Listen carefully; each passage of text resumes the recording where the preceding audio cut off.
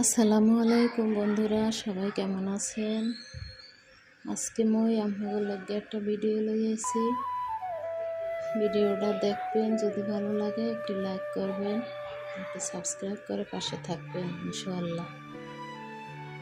তো ভিডিওটা হয়েছে কাঁচা সবজিগুলা অথবা কাঁচা মরিচ কিভাবে ফ্রিজে রাখতে হয়।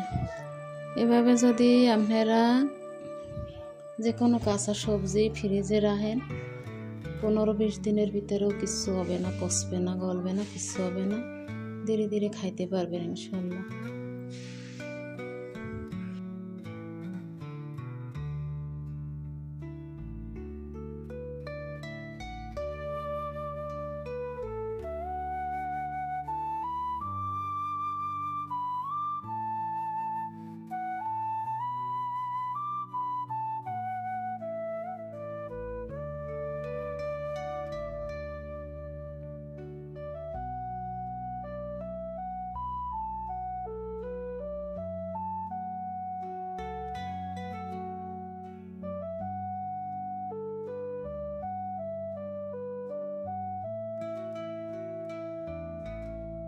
তো আজকে যে কাঁচা জিনিসগুলো আনছে, কাঁচা সবজি মরিচ গুলা কি করলাম, পটগুলা খড়াই রাখলাম। এরপরে পটলগুলাও পলিথিন খড়াই রাখলাম।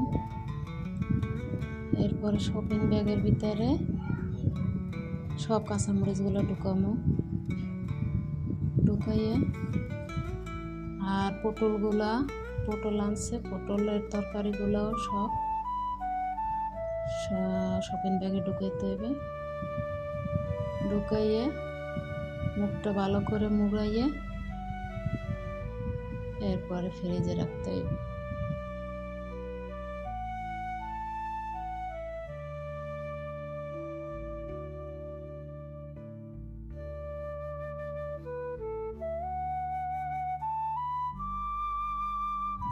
আর এদিকে ডিমগুলো ফ্রিজের পকেটের ভিতরে রাখতে আসি।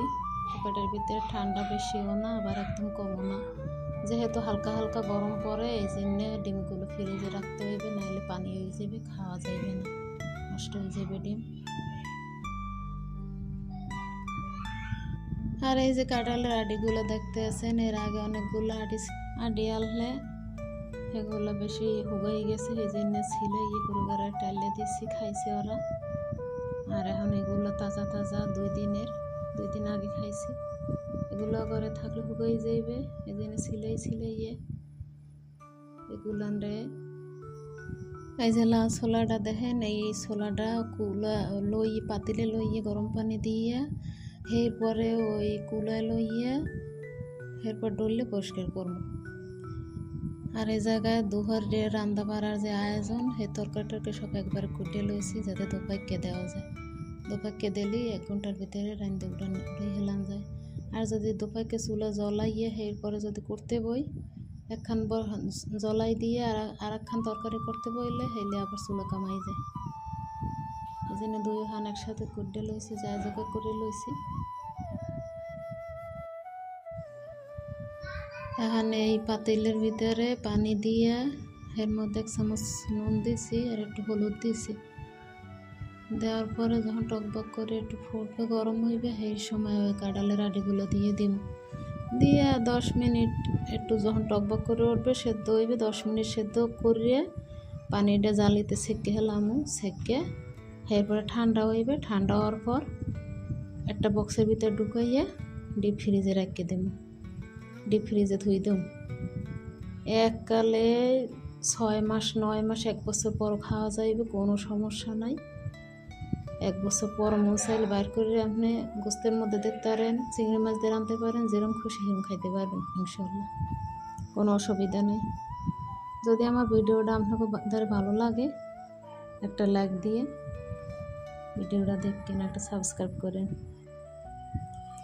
কমেন্টে জানাইয়েন কেমন লাগছে। আল্লাহ হাফেজ।